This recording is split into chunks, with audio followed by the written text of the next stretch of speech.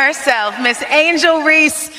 Dominating performance, dominating win. How did you all excel tonight? It's a team effort. I mean, everybody stepped up and did their job. Ooh, I'm tired. Ooh, shy. I think everybody just did their job, offensively and defensively.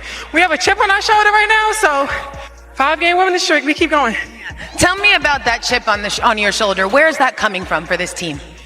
They ranked us at the bottom. We was the last team. Nobody believed in us, and we believed in each other in the locker room. So we just keep proving each other right, come in every day and work. The work show. The work totally shows. Your development is so clear. Like I said, another dominating game. Who have you become throughout this? The WNBA court is no stranger to drama, but what unfolded last Friday night was next-level chaos. Angel Reese, the self-proclaimed queen of trash talk, and on-court antics completely lost her cool in a game that will be remembered for all the wrong reasons. Wants to get to her spot, draws two, sling it, Reese for two. From screaming at her own coach to fouling out in spectacular fashion, Reese's meltdown was a train wreck you couldn't look away from. But while Reese was busy self-destructing, her teammate Lexi Hull quietly stepped up and delivered a performance that left everyone speechless. The ones coming this year will still be on the rookie contract again. Mm-hmm. The ones that the year after, they're gonna get more. They probably gonna be making more than us. No, they are. I'm hurt. They are. Like, yeah. I've been in the meetings. They are. I need to get in the. I need to get in the field. You need to come to the meetings. I gotta get in the meetings because I'm hearing like, yeah, they don't give us. If y'all don't give us what we want, like, we sitting out. That's a possibility for real. This isn't just a story about a player losing control, it's about the rise of an unexpected hero. Buckle up, because this narrative is about to get wild. Before we dive into the drama, make sure to like, share, and subscribe to our channel. Or just, and I can look you in the eye. I know, I love it. How did you get the name Bayou Barbie? Because I have been following you on Instagram, and you're like, you are literally a fashion girl, just as much as a basketball girl. I am. When I was at LSU in college, my last 2 years, they started the name because the Barbie part, obviously, because my hair, nails, and stuff. I look like this in the court. Bayou is where I was the bad break. And then yeah, we grew up. Shy Barbie. Shy Barbie. I'm from Baltimore, so I'm the Baltimore Barbie too. So I'm Barbie wherever. Will you ever want to do your own line of clothing? I do. I'm going to do a tall girl line. I think you should. It's hard for me right now, obviously, finding looks and just finding things that like fit me, suit me. Because right now I'm all in the skirts and shorts because this is a story you won't want to miss, and we got every angle covered from breaking news to expert analysis. We're here to keep you in the loop. Don't miss out. Hit that like button, subscribe, and let's get into the heart of this controversy. All started from the national championship game, and I've been dealing with this for 2 years now. And understanding, like, yeah, negative things have probably been said about me, but honestly, I'll take that because look where women's basketball is. People are talking about women's basketball, but you never would think that we'd be talking about women's basketball. People are pulling up to games. We got celebrities coming to games, sold out arenas, like, just because of one single game. And just looking at that, like, I'll take that role. I'll take the bad guy role, and I'll continue to take that on and be that for my teammates. And if I want to be that, and I know I'll go down in history, I'll look back in 20 years and be like, yeah, the reason why we watching women's basketball is not just because of one person. It's because of me too, and I want y'all. That it all started with a whistle. Angel Reese, already teetering on the edge after a rough first half, found herself in the worst possible scenario, fed out in the most dramatic way imaginable. The second the referee's whistle echoed through the arena, her frustration detonated like a powder keg, arm flailing, voice raised. She didn't just direct her anger at the ref, she turned on her own head coach. Calm down, her coach could be heard yelling a futile attempt at diffusing the situation, but Reyes wasn't hearing it. Her emotions were at full boil past the point of reason. In the stands sat in stunned silence. Teammates exchanged nervous glances. Even the opposing team looked and bewildered by the sheer intensity of the outburst.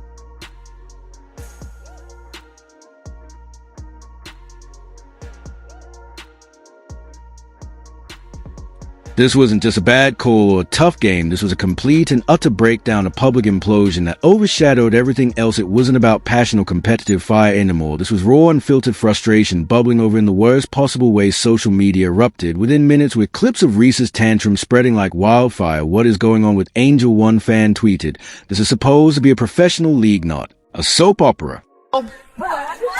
Chicago Sky. Reese on the inside, powers with an up and under and goes up. Sims bounces to Hamby. And here's the kicker. Reese's meltdown wasn't just embarrassing, it was costly. Her team, already struggling, needed composure and leadership. Instead, they got a full-blown spectacle for years. Her And core antics had been part of her brand, fueling debates about her intensity, but this time it felt different. It felt like she had crossed a line, one that could redefine her career to trajectory. Is this just a one-time blow-up, or is it a sign of deeper issues simmering beneath the surface? I mean, we all saw Caitlin Clark. I mean, come on, we all saw Caitlin. I do know her a little. I've met her. I think Reese is amazing. Angel Reese, I've met her. All these players. There's also, I think, Juju, what's her name? Hawkins, is it? Out of SC. Yeah, good. Watkins. And she's great. I do watch college, actually. What am I saying? I do watch a lot. I knew you did. I do. I watch UCLA. I watch South Carolina. I love Dawn Staley, the coach. She just got a new contract. At first glance, Angel Reese's stat line looks solid. 20 points, 20 rebounds, a textbook double-double. But the numbers, as impressive as they seem, told only half the story. A closer examination revealed a far uglier truth. Back. It's Thomas. Angel doing a great job defensively. It's nearly approaching her season high. She's got 18. Her season high is... Many of those rebounds came off her own missed shots. That's right, Rays wasn't dominating the board so much as recycling her own bricks. It was less about skill and more about sheer persistence, padding her numbers in the process while her team suffered, and her shot selection was a nightmare all on its own. Reese, as you were on the coaching staff there with the Hall of Famer Cheryl Miller. But that's all from the perimeter passing, too. Angel Reese mid-range a minute to go here in this first quarter. Force attempts, wild drives into traffic, contested shots that had no business being taken time. And again, she put herself in difficult positions trying to muscle her way through double teams instead of making the extra pass. It wasn't just inefficient, it was damaging. And then there were the layups or the layups. Loose ball takeaway. Reese comes back to Carter, who puts it up. Here's Walker Kimbrough.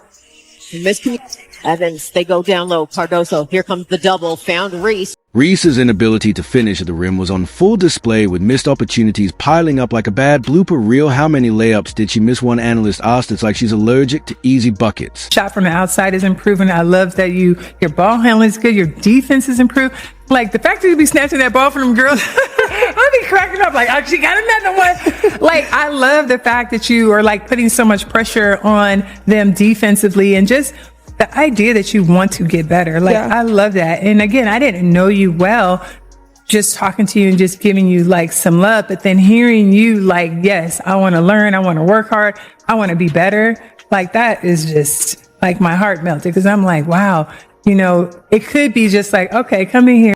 The frustration wasn't just about missed shots, it was about momentum. Every blown layup was a wasted possession. Every bricked attempt was an invitation for the opposing team to capitalize, and they did again and again. I wouldn't buy that shirt, but I know my boy Christian and Alex will buy that shirt.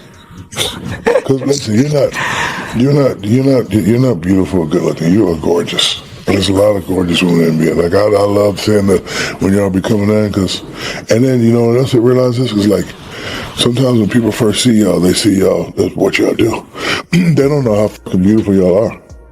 But when y'all walk into the game, and men are watching the game, hey man, we like what we like. Oh my gosh, we like what we like. So we like that, and then you see y'all dunking. The stats might look good on paper, but in reality they were empty. The numbers didn't reflect impact. They didn't reflect leadership. They didn't reflect winning basketball. And as her team trudged off the court with another loss, the murmurs grew louder. She's putting up numbers, but a hollow one fan wrote, stats don't win games, efficiency does. And on that night, Reese's efficiency was nowhere to be found. Keeping a close eye on Rose and Phantom. Should Rose go? Reese corrals. Went for 21 rebounds, hits home. While Angel Reese was busy self-destructing, another story was quietly unfolding. The story of resilience, of preparation, meeting opportunity, of a player seizing her moment when it mattered most. I think it's really exciting. I know coming into this season, we had higher expectations with, the rookie we brought in. So we didn't know what that was going to come with. We didn't know exactly how the fans would react, but it's exceeded our expectations, I think. Especially comparing it to the first half of our season now, heading into, our last game, and heading into the playoffs. It's just, I feel like we have a lot of momentum, and we're just really excited to see where we are today. Did you know Caitlin before she came here? No, I just saw her. I watched her play, obviously, a bunch, and didn't know what she'd be like, and just, really happy she's here. Are you guys how would you characterize? Are you good friends? Yeah, we're good friends. We hang out a good amount, and she's a fun person to be around. Role player by definition, Hull had been riding the bench for most of the game, but when her number was finally called, she wasted no time making an impact. In just 10 minutes, she lit up the scoreboard with 19-point performance that felt like it had been scripted for a Hollywood underdog movie. At that spot, when you're playing with Caitlin Clark, and how much Lexi Hull has unlocked that for Indiana. On you! Hull wasn't just scoring, she was electrifying the moment she stepped onto the court. The energy shifted. She was everywhere, driving to the basket, draining clutch threes, and hustling for loose balls. It was a kind of effort that doesn't always show up in stat sheets, but changes the course of a game. Lexi Hull came in and just took over. One fan tweeted she was unstoppable.